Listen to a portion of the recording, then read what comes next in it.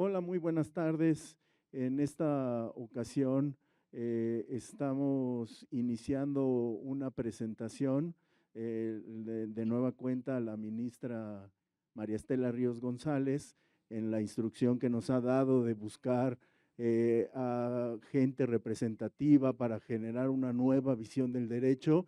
Hemos podido contactar al juez en retiro, al doctor Hamilton Bueno Carvalho.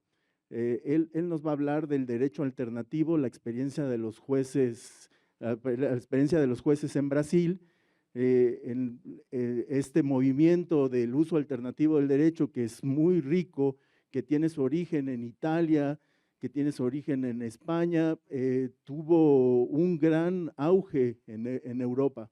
Sin embargo, en América Latina, yo creo que es donde tuvo mayor fuerza y mayor representación, específicamente en Brasil.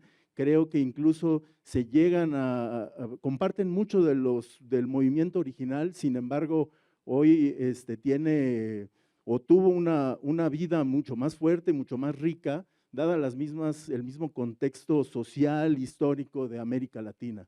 Brasil es un ejemplo de eso y por eso el doctor Hamilton Bueno nos está acompañando hoy. Le agradecemos de antemano toda su amabilidad y lo que nos pueda compartir. Yo quisiera leer, antes que nada, su pequeña semblanza, una pequeña semblanza del doctor. Es profesor Hamilton Bueno Carvalho, es doctor honoris causa por la Facultad de Ciencias Sociales de Florianópolis y por la Facultad de Derecho de Cocheiro Itapemirim. Fue juez del Tribunal de Justicia del Estado de Río Grande do Sul y es miembro del Instituto de Abogados de Río Grande do Sul, así como de la Asociación de Jueces por la Democracia. Integra el Consejo Científico del Instituto Latinoamericano de Estudios Avanzados de Colombia y se ha desempeñado como profesor en diversos cursos de posgrado de Derecho Penal y Derecho Procesal Penal. Es además un destacado autor en el ámbito del pensamiento jurídico crítico y del garantismo penal. Entre sus obras más relevantes se encuentra Magistratura y Derecho Alternativo, Derecho Alternativo en Movimiento, Derecho Alternativo, Teoría y Práctica, Textos en referencia para la reflexión sobre el derecho alternativo en América Latina y ha sido coautor de influyentes trabajos como Derecho y Transición Democrática y Derecho Alternativo del Trabajo, Derecho Penal y Procesal Penal, entre otros. Entonces, sin más, doctor, le cedo el uso de la palabra para que pueda iniciar su exposición. Buena tarde. Gracias, Eduardo. Eduardo, me gustaría que tengas control del tiempo. Me habla cuando llegar perto de findar, ¿ok? Claro que sí, doctor. ¿Hoy? Claro que sí. Ok. Ok. Colegas, bienvenidos. Es un honor para mí diante de estar en mi habitación. Estoy en mi casa hoy. Bueno, yo fui juez por 30 años, 15 años como juez de primer grado y 15 años en la Corte de Justicia del Tribunal de Justicia de Río Grande do Sul. Bueno, compañeros, el movimiento de derecho alternativo en Brasil nació entre los jueces estaduales gaúchos. Los gaúchos son habitantes del estado de Río Grande do Sul, frontera con Argentina y Uruguay. Eso aconteció en los años 90 del siglo pasado. Eduardo, ¿están me entendiendo bien? Sí, doctor, se entiende bien, se entiende muy bien. ¿Bien? Muy bien. Ótimo. El nombre alternativo viene de una cátedra creada en la Escuela de la Magistratura de los Jueces, da qual eu fui professor, que era destinada sempre a la crítica del derecho. Esto es una cosa nueva porque los jueces, desde siempre, la casta de los jueces no tiene grande preocupación con la crítica. Bueno, colegas, nós éramos jueces de izquierda, asumidamente de izquierda, que vivíamos en un ambiente conservador y muchas veces reaccionario, que me parece es una característica de la magistratura por el mundo. Todos lo saben. Tanto que teníamos miedo de nos identificar como de izquierda, porque vivíamos del tiempo del golpe militar en Brasil. En este tiempo vivíamos en una legalidad cruel y antidemocrática. O sea, éramos instrumentos de una derecha golpista. Nuestra actuación era destinada a cobrar la factura para los bancos, decretar desalojos da baja clase média y poner pobres y pretos en las cárceles. Bueno, esto causaba en nosotros una angustia muy fuerte. La pregunta era, ¿mas esto es ser juez? Cobrar cuenta para bancos, decretar desalojos, poner pobres en la cadena.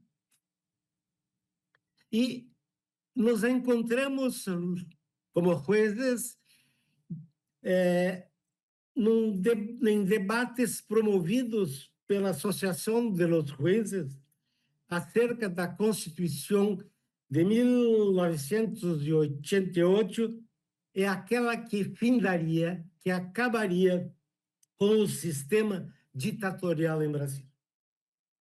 Então, nos encontramos e foi criado um grupo com reuniões mensais buscando um aprimoramento teórico. Nosotros éramos conocidos en Brasil como jueces orgánicos, orgánicos en atención al trabajo de Gramsci. Este conocimiento de nosotros como jueces orgánicos era a partir de un texto que yo escribí, Jurista Orgánico, una contribución. Pero ocorreu uma explosão muito grande do movimento em Brasil, que quando um periodista de São Paulo faz uma reportagem maldosa acerca de los jueces gaúchos, acusando-nos de dictadores.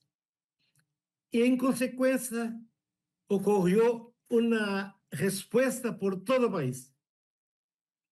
Los juristas se movilizaron. Fue un escándalo nacional.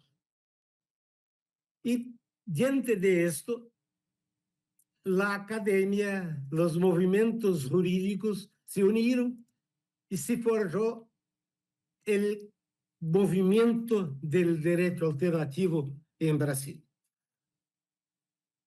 Colegas, la pregunta que se hacía en la época era una: ¿es posible jueces de izquierda? ¿Es posible jueces comprometidos con la radicalidad democrática? Era un punto fuera de la curva. Y nesse momento, surgiram em país muitas teses doutorais de maestria, trabalhos infindáveis, livros, congressos. E, na verdade, nós éramos herederos da escola crítica, com a denúncia da crise do direito, e se apontava para soluções que eram possíveis. Foi a grande novidade desde dentro do poder. Imaginem juízes dentro do poder, numa época de ditadura, lutar pelas conquistas democráticas. Era algo perigoso. E era uma coisa nova, porque a crítica sempre foi privilégio da academia. Com o direito alternativo, a crítica abandona a universidade e alcança o poder judicial desde dentro, dando novas respostas ao fenômeno jurídico. Aqui ocorreu o escândalo. O tribunal, amigos, se volvió local também da crítica, que lo causou profundo mal-estar entre os juristas tradicionais. O movimento do direito alternativo, colegas, sacudiu o conhecimento estabelecido. Todos se sentiram obrigados a falar de isso.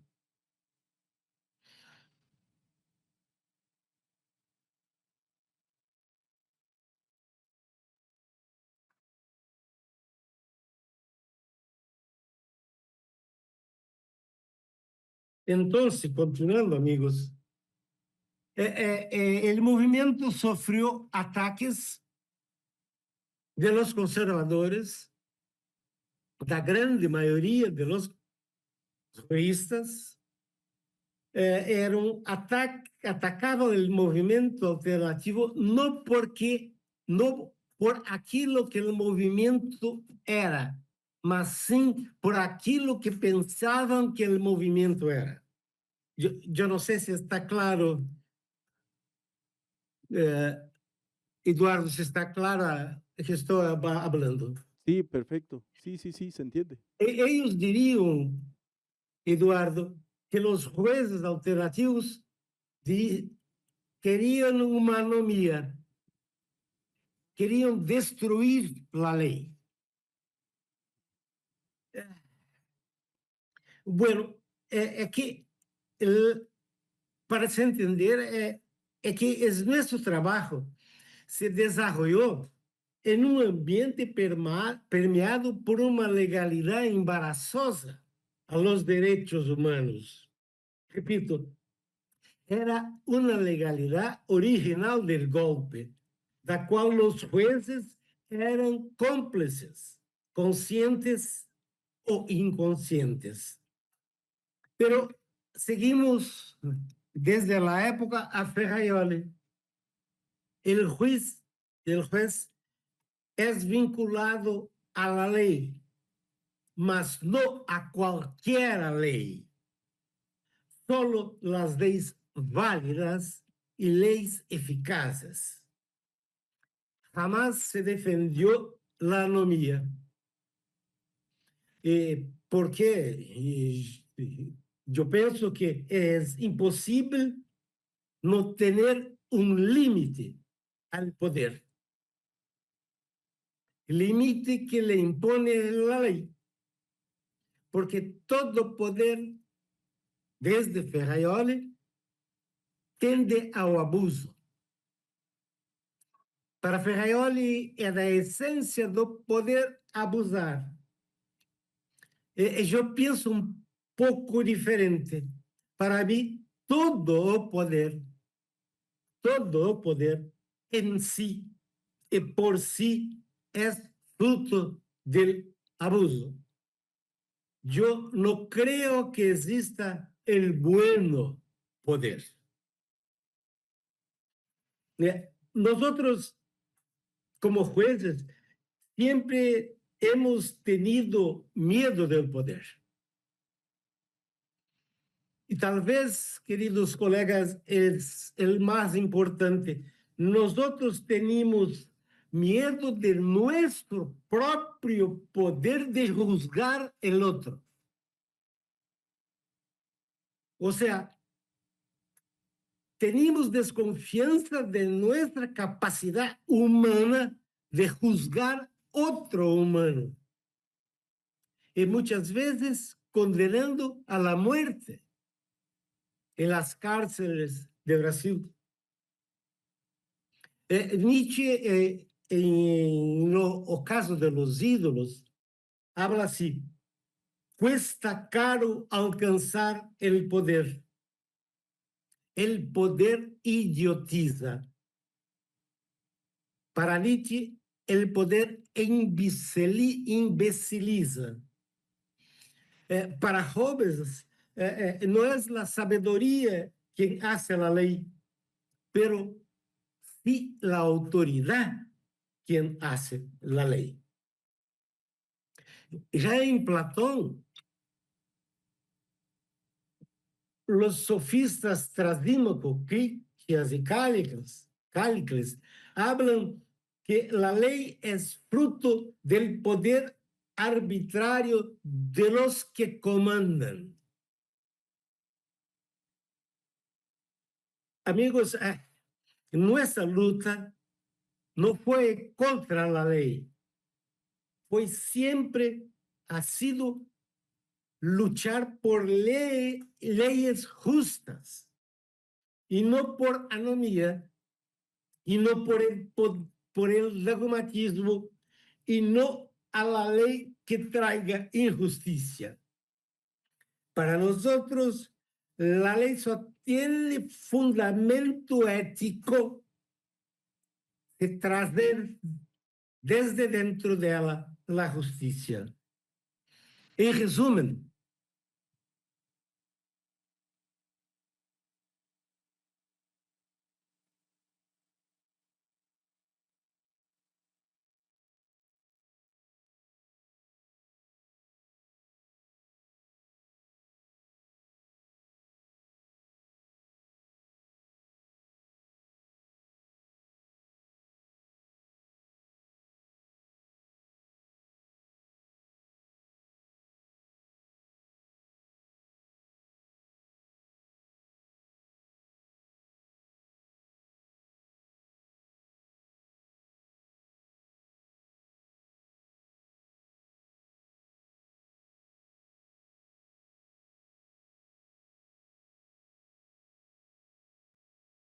Bueno, en este inter, ¿alguien no está entendiendo algo de lo que está diciendo el doctor en términos de su castellano, de su español? No, se entiende bien, ¿no? De su portuñol.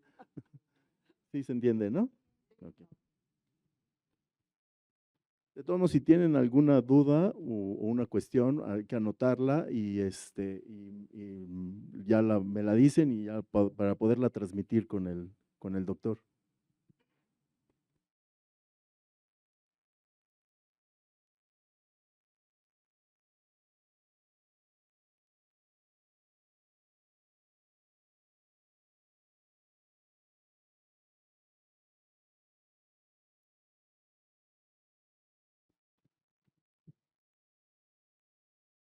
Ya está conectándose.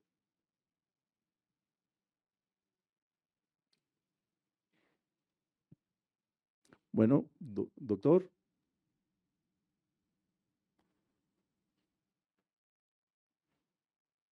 Doctor.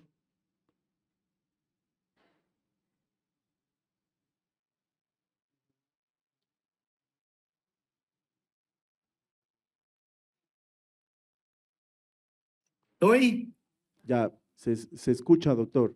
Nos quedamos en la parte de que ustedes como jueces siempre estuvieron con la ley, sí, pero la ley justa. Bueno, en resumen, habría, y para mí hay hasta hoy, una relación de amor y odio con la ley. Por amor, necesitamos de la ley para que se mantienen los logros de la civilización. Y odio por la ley para que se la destruya, para incorporar nuevos logros en un ciclo dialéctico, en un devenir perpetuo. O sea, colegas, es el movimiento de derecho alternativo brasileño es un movimiento en búsqueda de instrumentos prácticos teóricos destinado a los juristas que ponen su saber y su actuación en la perspectiva de la radicalidad democrática. Nació con la democracia, es fruto de la democracia y llega hasta la democracia. Es derecho y democracia como dos caras de la misma moneda. Se juega fuera la moneda, se van los dos juntos. El derecho que es legitimado externamente por los valores democráticos e internamente pela Constitución y por los principios generales de derecho que son conquistas de la civilización. O sea, estamos en contra aquel que legitima el derecho por el Estado, o sea, por el poder. Y como movimiento envolve toda la crítica, envolve la corriente psicoanalítica, los humanistas dialécticos, los teólogos de la liberación, antropólogos, sociólogos y marxistas democráticos. En resumen, el movimiento sería una praxis en busca de una teoría. Pero la pregunta que no quiero callar es si es posible una teoría del derecho comprometido con algún segmento de la sociedad.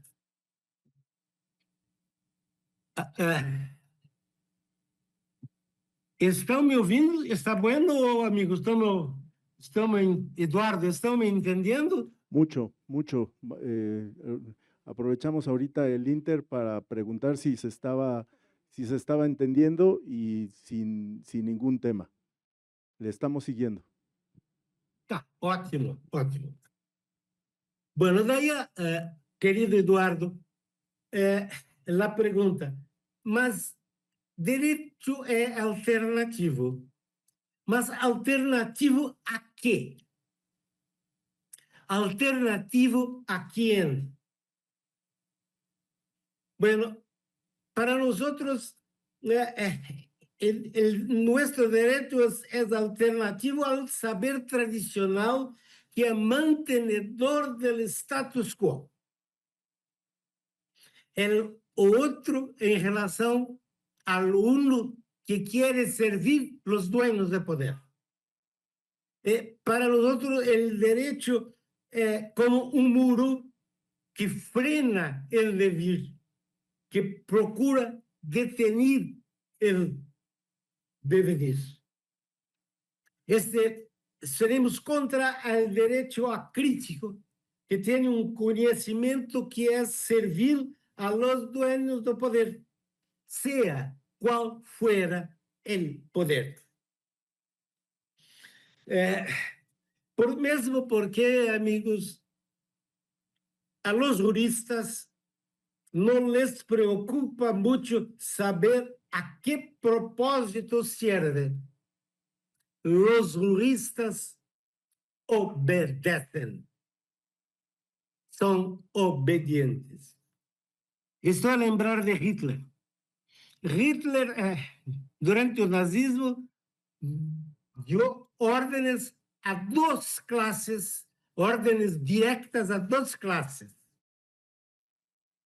A los militares, Hitler dice, obedezcan las órdenes. Y dice a los juristas, cumplan las leyes. De Hitler tenía los militares obedeciendo y los juristas obedeciendo la ley, Hitler continuaría en el poder. Yo pienso que a origen de los juristas son primitivas. Venimos de escuelas de legalidad. Eso, yo pienso, amigo, que es una realidad mundial. Yo pienso que el poder tiene necesidad de idiotizar los juristas, haciéndolos serviles a cualquier sistema, cuando se sabe que los juristas deben ser peligrosos, deben ser creadores y tentadores de nuevas posibilidades, para usar a expresión de Nietzsche, na busca de comprometer el derecho con la vida, para el derecho servir la vida en su permanente devenir. Y la formación que no nos sirve es esta formación tradicional positivista legalista, que tiene el derecho como si fuera dado, y los juristas meros reveladores de la voluntad estatal y no criado. Llego al derecho alternativo más específicamente. El derecho alternativo ataca, el derecho alternativo, que los jueces trabajan, ataca los mitos de la neutralidad de la ley y de la neutralidad de los juristas.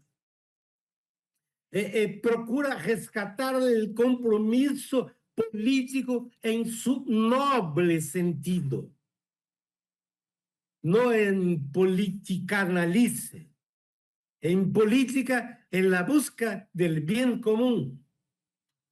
Ese derecho parece que nace para Salo de Carvalho. Salo de Carvalho es mi hijo Eduardo. Eduardo Carvalho, que es mi nombre de familia, que se pronuncia Carvalho, es en castellano Roble. Entonces yo sería Milton Bueno Roble. Bueno, para Salo, el derecho alternativo, esa alternancia del derecho, nació con Ehrlich en la Escuela de Frankfurt. Y tiene su primer momento práctico con el célebre juez Magnon, que creó en Francia, en pleno século XVIII, la teoría del estado de necesidad, cuando reconoció el hurto famélico de Luisa Menard. Menard es juez de Francia, de interior de Francia. El caso es el siguiente: Luisa Menard tenía 16 años y 2 hijos, y el pan que recibió del Estado findó antes del fin del mes. Ella fue a un supermercado, una panadería, y hurtó pan para sí y sus hijos. Fue denunciada. el primer momento de la historia, el célebre juez Magnot dice no a la ley. Geró la teoría del estado de necesidad.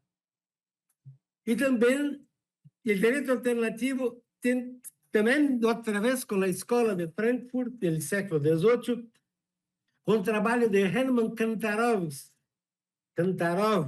criador da teoria del derecho libre.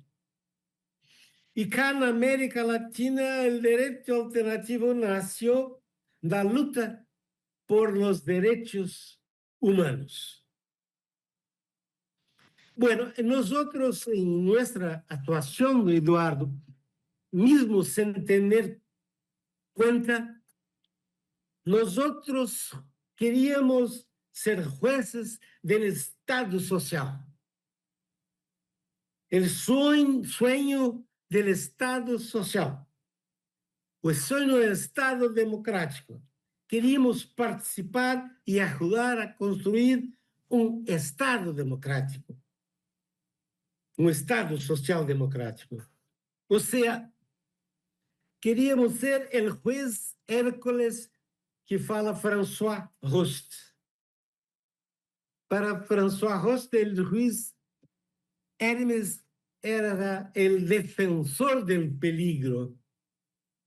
Era un modelo revolucionario de juez, marcado por la militancia, un buen activismo, que era fuente de todo el derecho válido en el tiempo de la iconoclastía.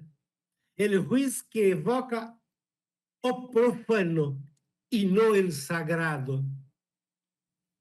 Es el juez del mundo, compromiso con la búsqueda de una vida digna y en abundancia para todos.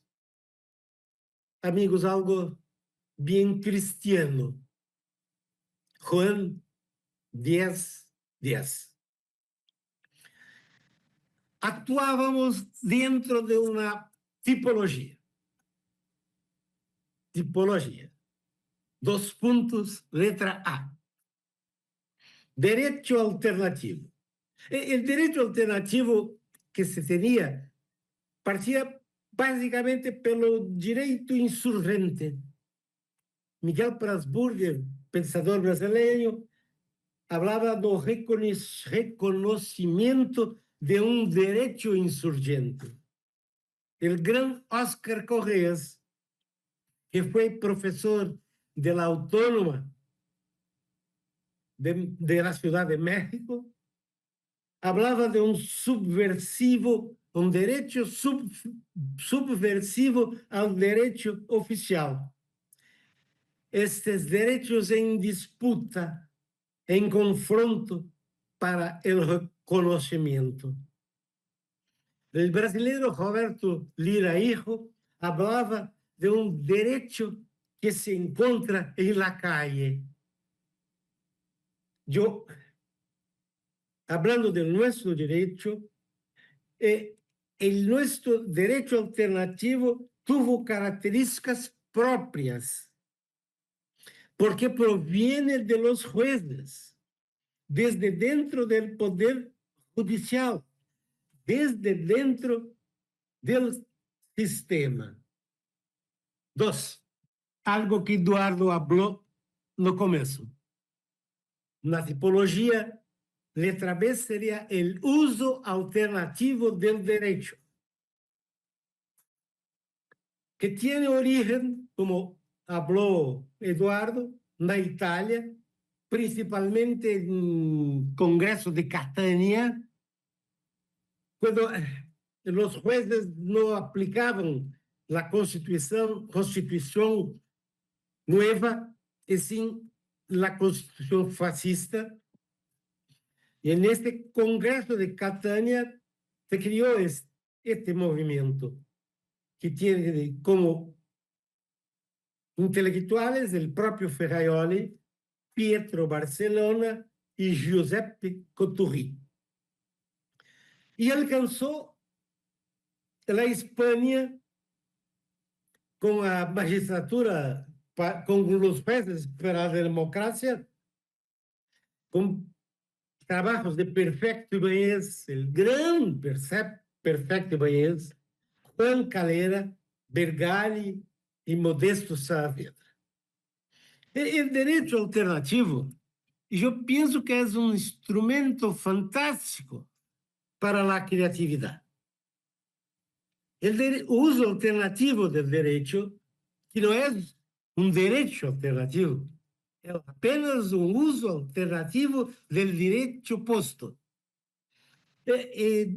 Se utiliza, no uso alternativo do direito, se usa huecos, ambigüedades, contradiciones del derecho positivado en favor de la democracia real. O sea, en favor de los débiles. Siempre hay contradicciones no derecho, ambigüedades, huecos. Entremos en esto para interpretar la ley en favor de la democracia. O sea, sería, amigos, a través de una interpretación experta, abre espacio para el avance de las luchas populares. Ejemplo, admitir ocupación de latifúndios improductivos por trabajadores rurales sem tierra. O que eu quero dizer é que no uso alternativo do direito se leva a norma a seu limite máximo de tensão democrática. É uma interpretação centrífuga que não vem centrípedamente para o centro da norma, mas que vai para fora com o maior alcance democrático possível. Nesse momento, a atuação é dentro de lo instituído. Estamos no campo hermenêutico. Amigos, é reconhecer que todo o texto legal, absolutamente todo o texto legal, está embaraçado de novas possibilidades criadoras. Todos. Basta querer e ser competente. E jamás existe interpretação única, tida como verdadeira, absoluta, definitiva. Nietzsche, em seus fragmentos póstumos, habla que, abro comillas, el mismo texto permite numerosas interpretaciones. No existe una interpretación correcta. Pienso, colegas, que tenemos que superar la legalidad na busca de hacer justicia comprometida con aquellos que son cruelmente explotados por un sistema inhumano con nuevas perspectivas sobre los textos. Otra habla de Nietzsche, que está en Aurora. Nietzsche dice así: si no soy más que la ley, seré el más abjeto de los hombres. Voy a repetir, colegas. Si no soy más que la ley, seré el más abjeto de los hombres. Bueno, Eduardo, surge un problema. Un problema. ¿Cuáles son los límites? yo pienso que los límites están en los principios generales de derecho, logros de la humanidad y fundamento de toda legalidad. Es su razón de ser, su fuente material. Son principios, estas conquistas, que no son negociables en este momento histórico. Lira Filho habla que se negocia estrategias. Princípios são inegociáveis. Neste momento, o grande ator, colega, somos nós outros, os jueces. Os jueces. A carga ética, eu penso que é nuestra.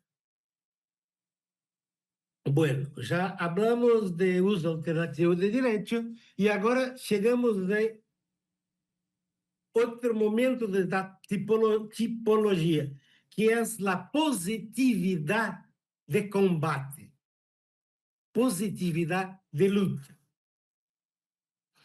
Amigos, em este momento há uma guerrilha para a implementação das leis buenas ante su incumprimento.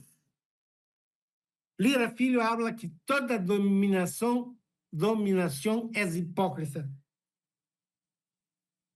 As leis buenas não são cumpridas.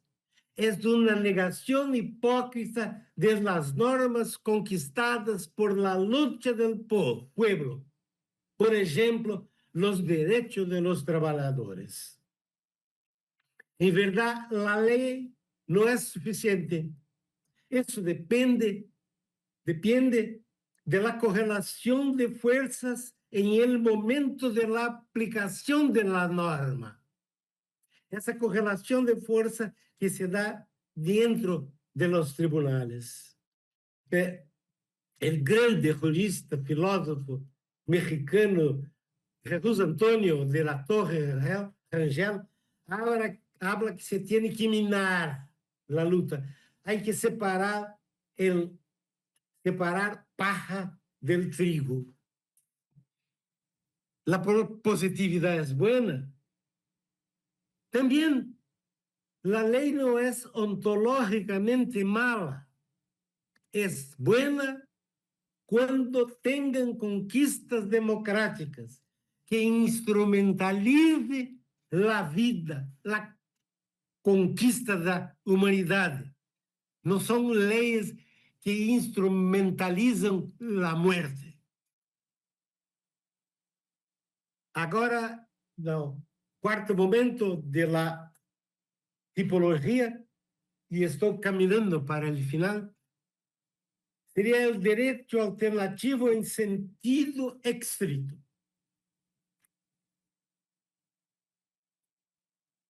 Ou seja, é no armonismo. É o reconhecimento que não é apenas o Estado que produz normas. E no mesmo espaço de tempo, no mesmo espaço e tempo, se encontram direitos paralelos em conflito. O pueblo, em seu caminhar, crea direito muitas vezes em conflito com o direito oficial. Estas são verdades que não são nossas. São verdades do pueblo, muitas vezes crueles para nós outros pequenos burgueses. Nietzsche fala que há verdades mais allá que nossas próprias verdades. Os atores neste movimento são os movimentos populares, a sociedade civil, os sindicatos. A atuação que se dá em lo instituinte São normas que sonham em instituir-se.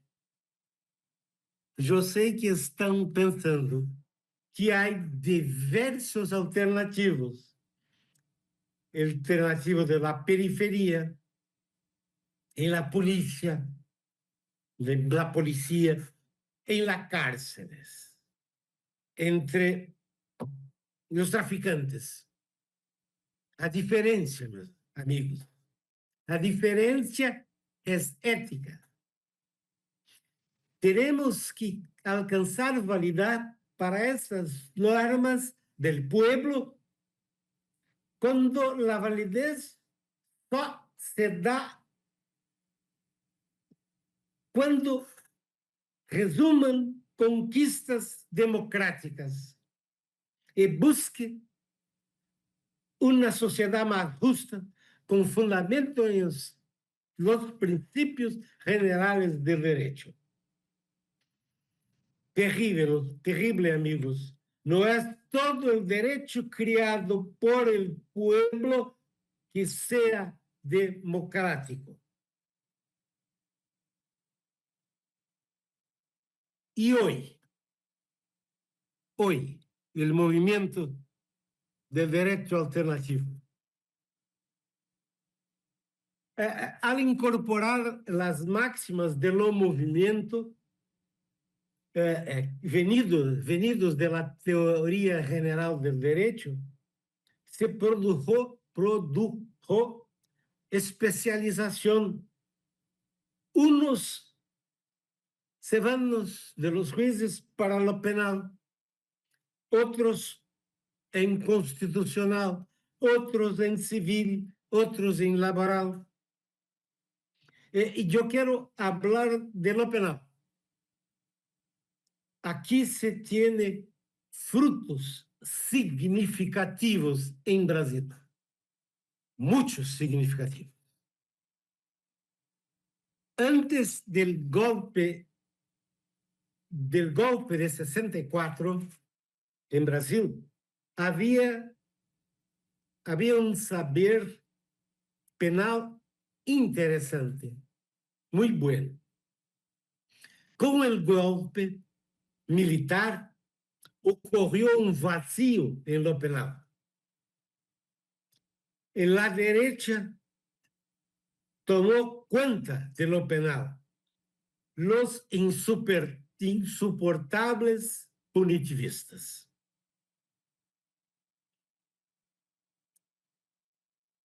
Entonces, en el momento que nosotros, no comienzo del momento, estábamos en un momento de un cruel derecho penal. En derecho penal sustentada pelos punitivistas. Y na nuestra prática penal ocorreu mucha influência, de novo, de Ferraioli, que em los anos 90 produce a teoria do garantismo penal. Então, buena parte de los jueces gauchos alternativos se vincula directamente ao saber garantista de Ferraioli. E gran parte de la nueva generación se pone a actuar en lo penal. Muchos personajes históricos y jóvenes con uñas de dientes se van para el penal. Muchos jueces alternativos han venido para lo penal, incluso yo.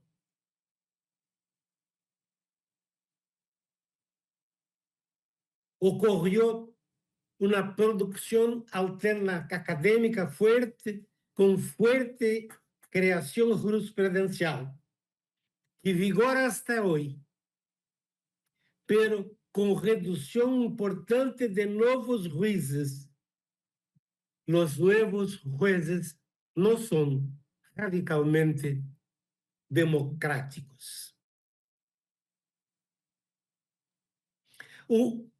Gostaria de hablar de uma conquista penal que me parece paradigmático.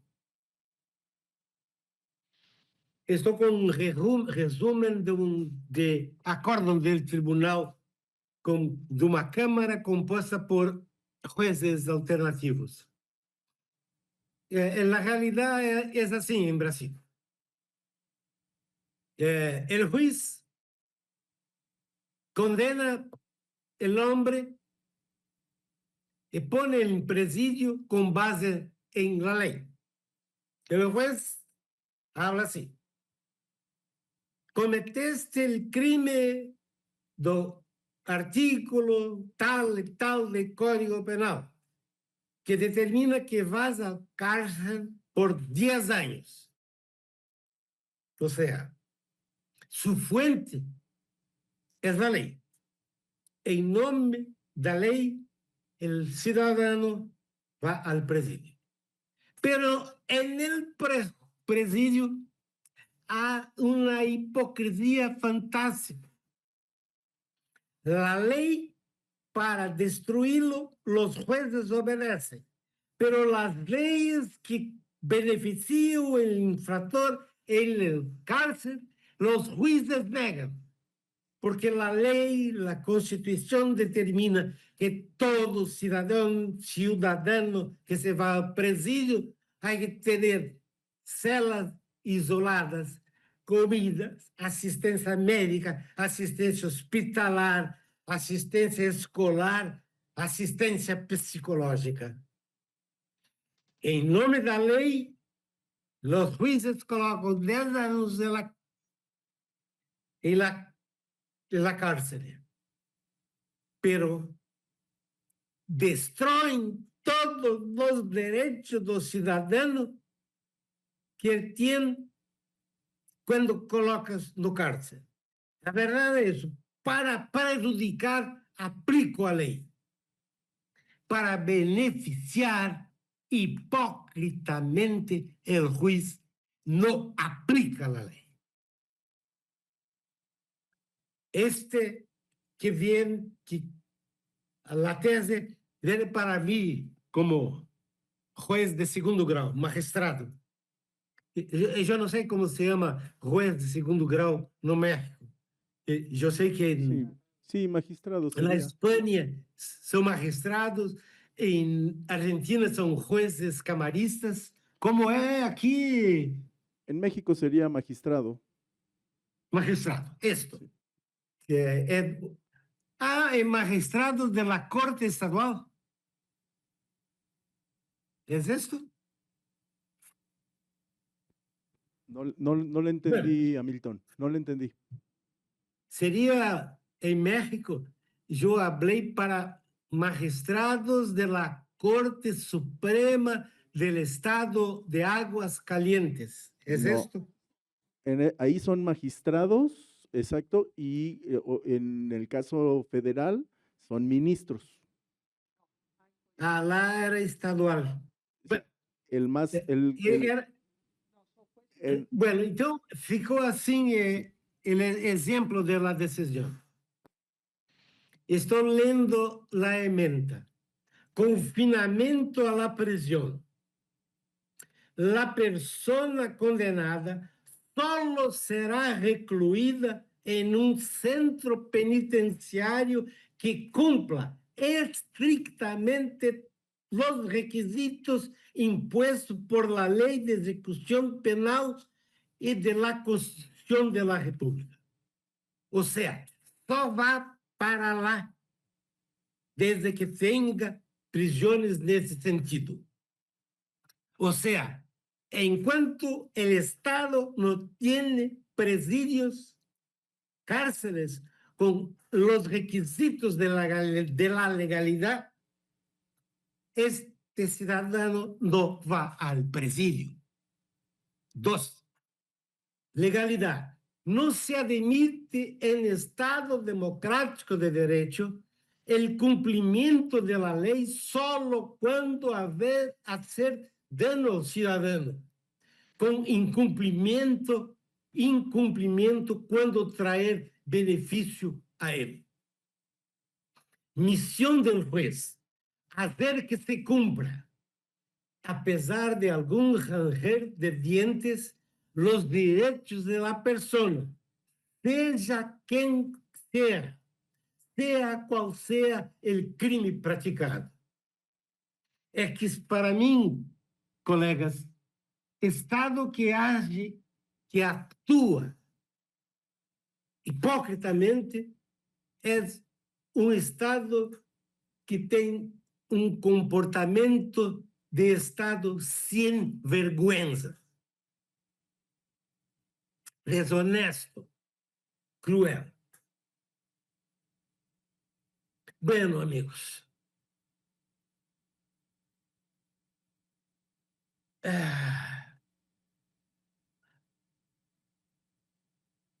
o terror, devo confessar, perdimos a guerra em Brasil. Amigos, colegas, não contribuímos quase nada para o câmbio social jurídico. O poder judicial sigue sendo maioritariamente derechista, rayando o medieval. Jueces que se consideram parte do aparato de seguridad del Estado, criando uma relação incestuosa entre juez e fiscal, impulsada por um sentido comum irracional e persecutório que impregna a sociedade brasileira. Amigos, alguns de los outros chegamos à Corte Suprema. Chegamos ao poder e fomos devorados por el poder, cooptados pelo poder. Nos volvemos como os homens de direita.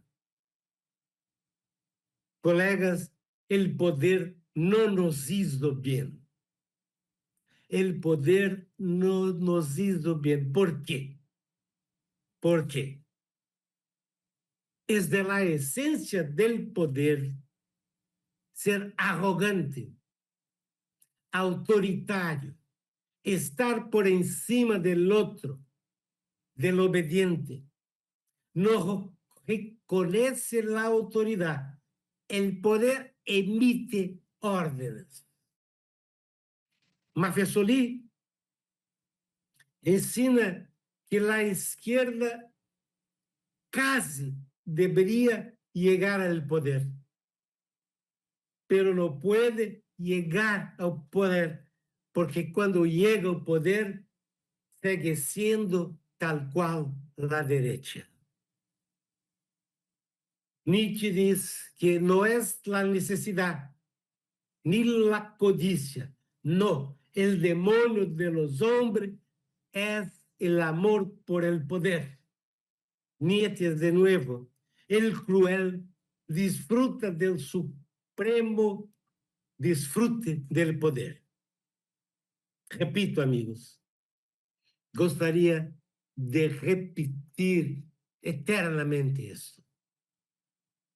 El cruel disfruta el supremo disfrute del poder. E ele encerra dizendo que me grito de virtude, levante-se contra todo lo que tiene el poder. Heidegger fala que todo el poder é sempre mentiroso. O que eu quero dizer, amigos, é que o poder não é amiguito de los derechos humanos. O poder sempre é de derecha. O gran agressor de los derechos humanos é o poder. Por isso, amigos, eu personalmente, estou cada vez mais acerca de los anarquistas. Luego, eu sou abolicionista penal. O que eu quero dizer é que as forças de direita tomaram conta do espaço do direito de maneira tão agressiva que hoje, por incrível que pareça, ser conservador é ser revolucionário. Ganhou em Brasil o modelo de juiz Moro. En sentido comum brasileiro, prevalece o modelo medieval de juiz. Repito, colegas, repito. Devemos lutar para manter as ganâncias históricas. Ou seja, ser conservador hoje é ser revolucionário. Por exemplo, lutar por la presunção de inocência em pleno século XXI, amigos. Temos que lutar por la presunção de inocência, uma conquista de la modernidade. Devemos lutar por el sistema acusatório, ou seja, poner el juez em su lugar, com desate la relação incestuosa entre acusador e juzgador, que é próprio de lo inquisitório medieval.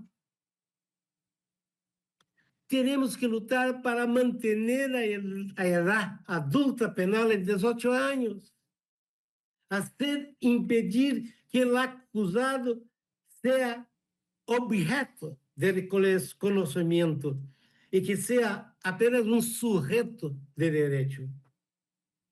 Temos que manter a legalidade protectora de los direitos dos cidadãos, seja quem seja lo que seja o crime coletivo cometido. Colegas, é algo que a mim tem muito significado isto. Temos que ter cuidados, porque nós devemos suportar os dolores que nós imponemos em las pessoas que juzgamos. Por lo tanto, estamos eternamente atados ao sofrimento que causamos. Vou repetir. Nós, jueces, devemos suportar os dolores que nós imponemos em las pessoas que juzgamos. Por lo tanto, estamos eternamente atados ao sofrimento que nós causamos. Devemos desesperadamente lutar e ser vanguarda. Um aforismo de Nietzsche: não temos direito de viver hoje se não somos militantes preparando um siglo por devenir. Lutar para que não ocorra retrocessos e que o futuro não seja estancado delirantemente, que se pueda mirar o futuro, el permanente devir, que se pueda nitidamente ser criadores e tentadores, criar hoje o espaço para o homem de amanhã, del porvenir, porque somos puentes entre el mono y el más allá del hombre. O sea, Nietzsche, outra vez, pensamento básico. Necessitamos tomar o futuro como estándar dominante para todas as nossas evaluações e não buscar detrás de nós as leis de nossa ação.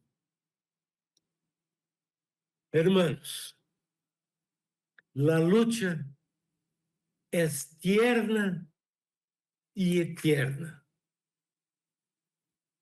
Fue un honor hablar con vos hoy. Estoy a disposición de vos.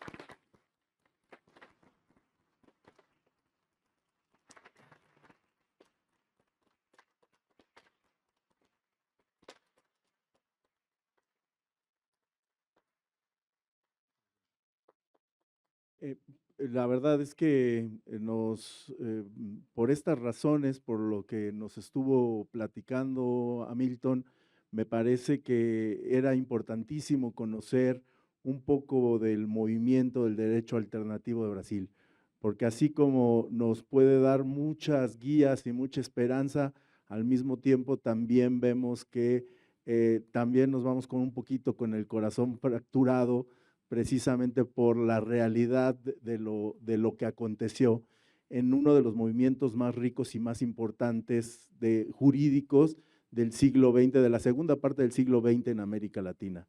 Entonces, la verdad es que creo que amerita mucha reflexión y muchas preguntas. En este caso, yo quisiera hacer una en particular, ¿no? O dos, y ahorita estoy esperando que nos manden más preguntas.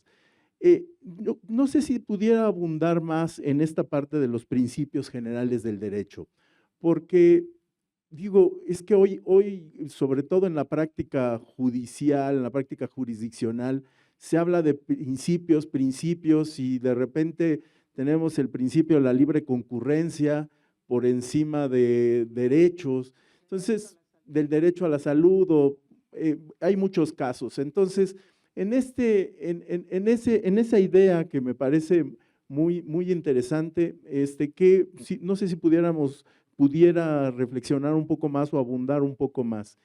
Y la otra es de esta lectura que nos mandó la semana pasada de carta abierta de un juez brasileño a un juez español. Me quedé mucho con la reflexión que hace sobre los delitos en los cuales usted no dudaba de hacer una pena privativa, o sea, imponer una pena de prisión en el entendido de la situación real de las cárceles en Brasil y de lo que implicaba. Entonces, no sé si qué tanto pudiera reflexionar de ese caso en específico. Assim, é que vamos lá, em Brasil, Eduardo, a situação, e eu não sei se em México não é igual de Brasil. São em uma cela, é cela, não? Sí, celda. 30, 40 pessoas Sí, muy similar. com com violações sexuais das pessoas. É uma vida animalesca. E todos sabemos que isso se passa. Que a expressão é de Saulo, ele diz assim, que se gasta muita plata em Brasil para piorar as pessoas em la cárcel. A única coisa que se sabe que en las cárceles tú pones la persona en la cárcel con grado X de perigosidad.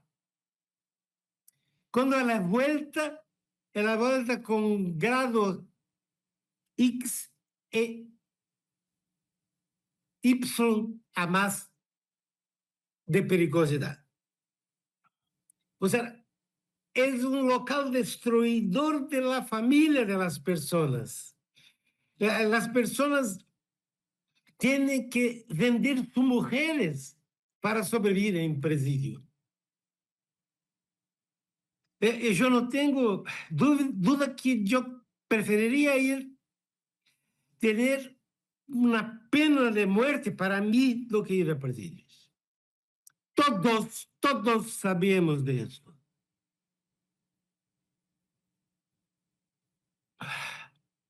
es, y yo no, nada justifica esse tipo de coisa. E o terrível, Eduardo, que essas pessoas estão lá, 800.000 pessoas em Brasil, em cárcere. 800.000. Estão lá por quê? Porque um Eduardo, um Hamilton mandou para lá. Eu sou responsável, ético, para sempre.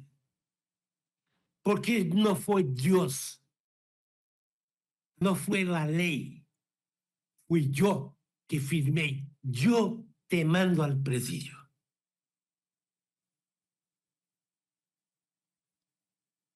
Bueno, os princípios, parece-me que é Eduardo, um telão de fundo, que tu julga toda a legalidade para ver se ela é absorvida por los princípios. El pueblo en su caminada histórica crían principios que tienen valor fundantes de toda la vida en sociedad. La libertad, el derecho a la salud, la presunción de inocencia, a dignidade nos presídios, o princípio da humanidade das penas, por exemplo. Veja só, o que se pode fazer, querido Eduardo, com o princípio da humanidade das penas. É possível, utilizando este princípio, destruir muitas penas em la cárcel. Porque são penas desumanas. Y para mí, Eduardo, el Estado no tiene el derecho de ser tan delincuente cuanto el delincuente. Solo que quien hace el juego suyo de todo esto, ¿quién es, Eduardo? Tú, yo. Porque tú tienes el poder de decir sí o no. E estou convencido que nós outros carregamos para sempre a responsabilidade por las pessoas que lá estão. Eu tenho um exemplo, Eduardo, que está em um livro meu, que é um jovem Márcio, seu nome. Há 20 anos que juzguei a Márcio, e Márcio não me sale de la cabeça. Estou hoje falando para você. Márcio é um jovem de 18 anos, pobre, afrodescendente, estava preso por tentativa de hurto em supermercado.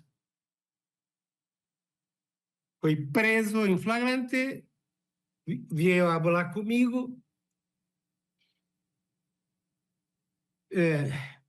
liberei do presídio, e ele, quando jovem, quedara em um local para jovens menores de 18 anos, também por tentativa de hurto.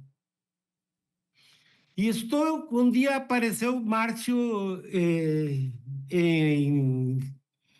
no tribunal, e minha secretária falou: Márcio quer falar contigo. Digo: Márcio, o que se passa, Márcio?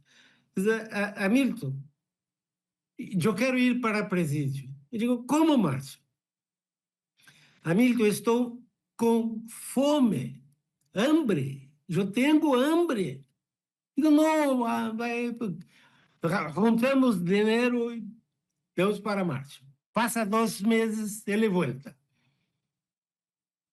Diz, Hamilton, põe-me no presídio. Eu digo, mas por que, Márcio? Ele, eu não tenho salvação. Mas o que se passa, Márcio? Tu, ele falando, tu lembras que eu fui preso em presídio para menores quando tinha 16 anos por hurto? Digo, sim. Bueno, lá em presídio, eu fui violentado e estou com SIDA.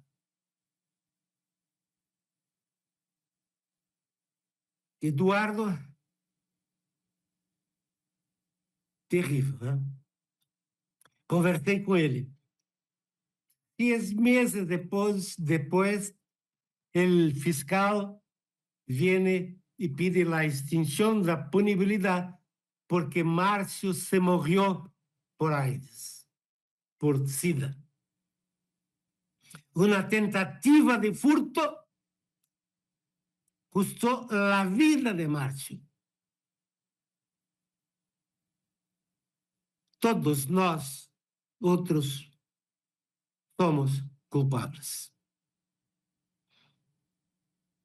Então, por exemplo, esses princípios, por exemplo, de la humanidade das penas, é possível que tu que consigas fazer com que a pessoa sufra menos. É algo assim. Eu sei que você vai sofrer, pero que eu puedo fazer para que não sofras tanto? Eu diria, Eduardo, que é ter a justiça del amor em coração e não a justiça del ódio, a justiça de la vengança, a justiça de la muerte. Eduardo, depois me manda um e-mail me lembrando que eu te remeto um trabalho que tenho sobre os princípios generais de direito.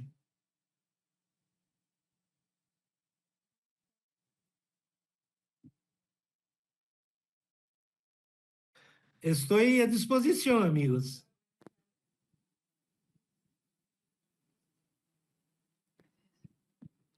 Buenas tardes, soy Alejandra Valois. Oi?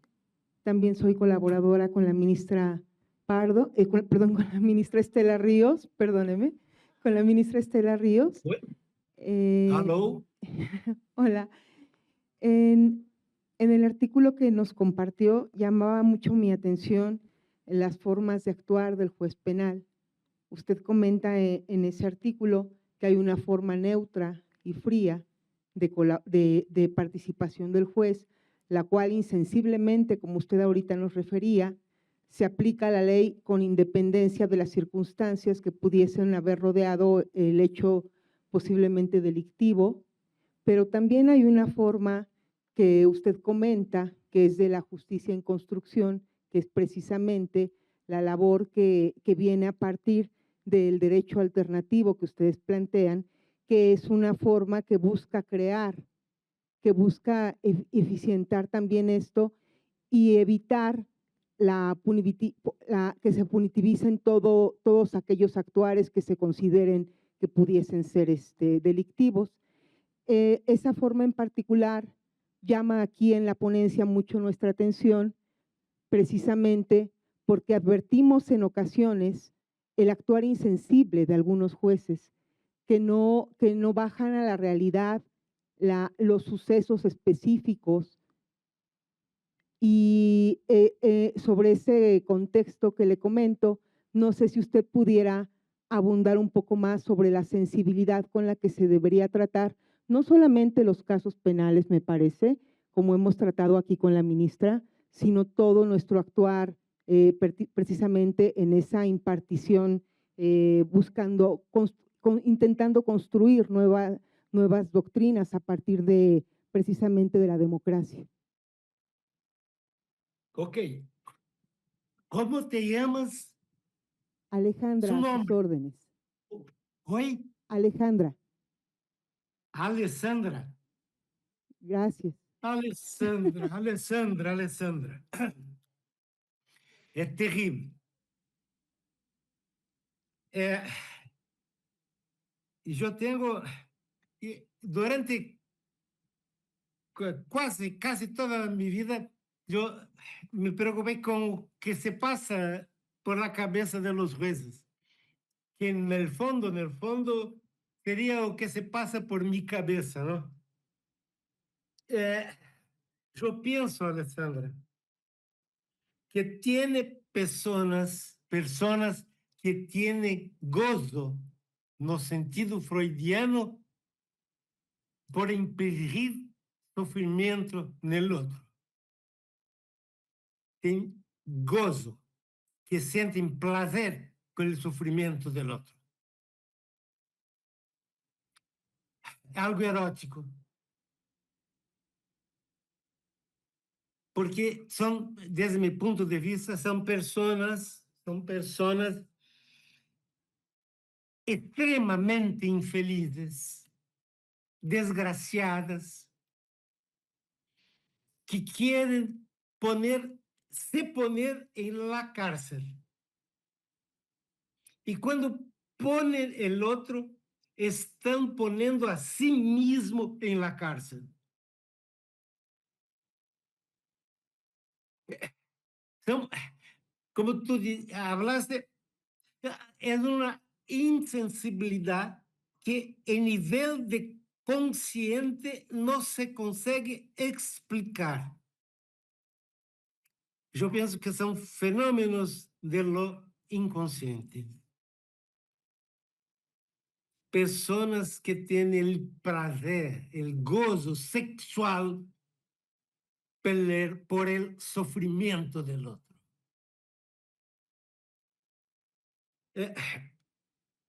Son casos tan terribles que uno aquí pueda, que para mí es algo así, que yo actué como juez de la corte y llegó un proceso para mí que una persona, un hombre y una mujer, marido y mujer, discutieron, gritaram um com o outro, e o homem disse para a mulher. A mulher disse para o homem: eu vou te deixar, eu vou embora. O homem disse: se tu fueres embora, eu me mato. Eu dou um tiro em minha cabeça. Alessandra, tive simpatia por essa pessoa, porque, como regra, o machista mata a mulher. Este queria matar a alguém, queria matar a si próprio. Bueno, e a mulher disse: não te matas, coisa nenhuma. O homem sacou o revólver e um tiro em sua oreja. Um ano em hospital. Muere, não muere, muere, não muere, muere, não muere. Não morreu. Resultado: foi processado e condenado à prisão pelo crime de porte ilegal de arma.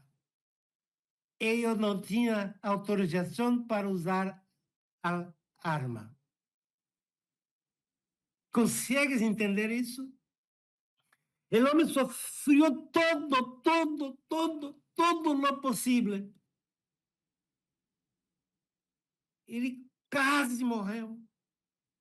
E foi condenado porque não tinha autorização para ter arma. São situações que tu não tens nada a dizer.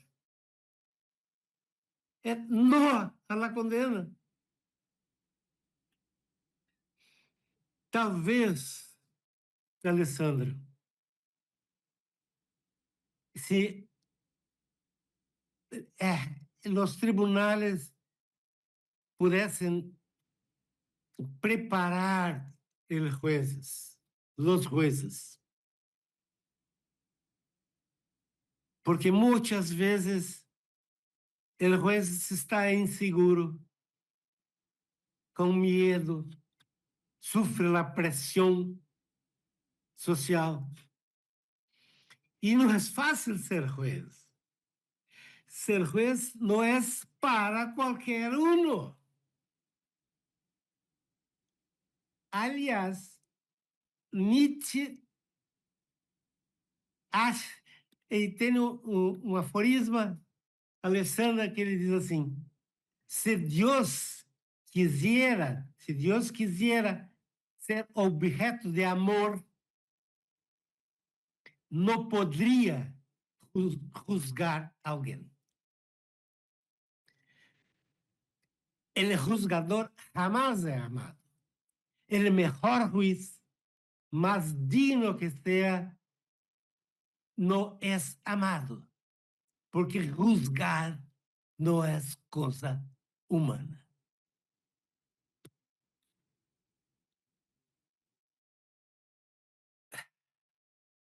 Por isso, eu penso que temos que preparar os jueces para isto. Não é, Alessandra, não é um labor burocrático. São pessoas.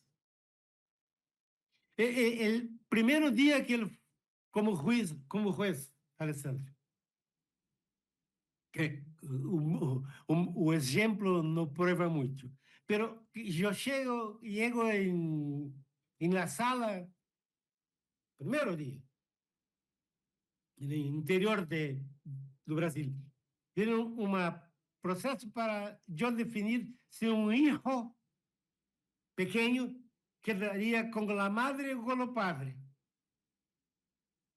Algo que acontece sempre. Alessandra, eu li e pensei, se eu mando quedar com a madre, puedo estar destruindo a vida dessa criança.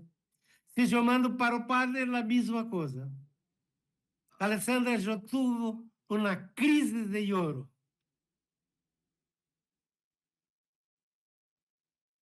A primeira decisão minha como juez foi chorando.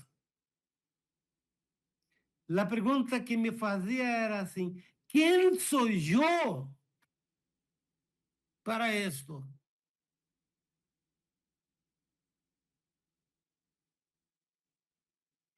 Por isso, temos que ter grande dose de amor, não de raiva, de ira, de ódio.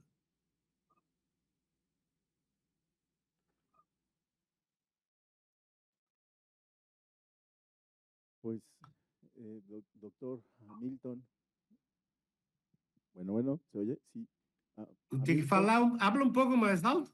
Sí, no, la verdad es que quisiera transmitirle un poco el sentimiento que dejó aquí en el aula, nos dejó sin palabras, nos deja también con mucha reflexión y trataremos de pensar sobre todo esto último, ¿no? La idea del amor, ¿no? Del pensamiento del prójimo, eso creo que es una idea muy fuerte y que sí es digna de seguirle dando vuelta.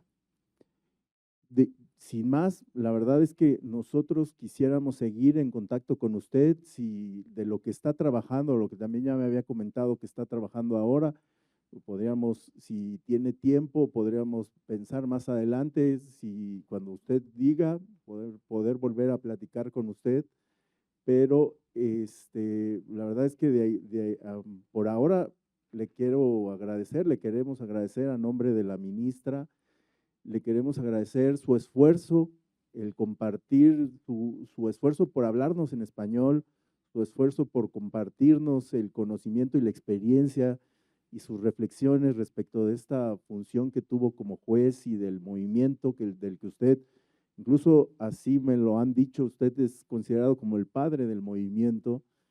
Entonces, no tenemos más que agradecerle su tiempo y toda su disposición y su gran calidad humana, ¿no? Ya ha sido Ah, un gran honor, un gran honor. ah, Eduardo, yo estoy a disposición de vosotros porque estoy en casa, estoy en mi casa, en mi local de trabajo.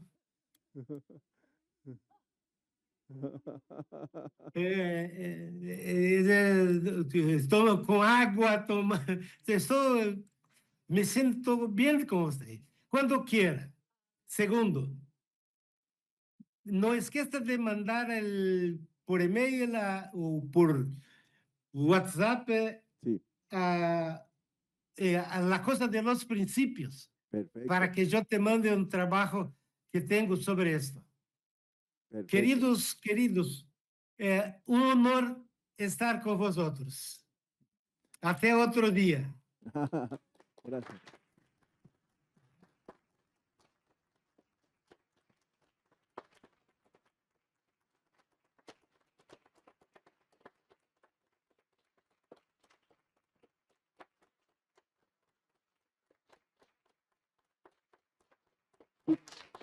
Y doctor, le queremos mostrar en la pantalla un pequeño reconocimiento que se lo mandaremos por correo electrónico. Se lo mandaremos por correo electrónico y también se lo mandaremos físicamente. Ya me pongo con usted por vía WhatsApp, pero se lo queríamos enseñar en la pantalla, un pequeño reconocimiento que extiende, que firma la ministra y de nueva cuenta agradeciéndole todo su esfuerzo. Ah, gracias, amigo. Gracias. Gracias. Creo que ya lo van a poner, espéreme tantito.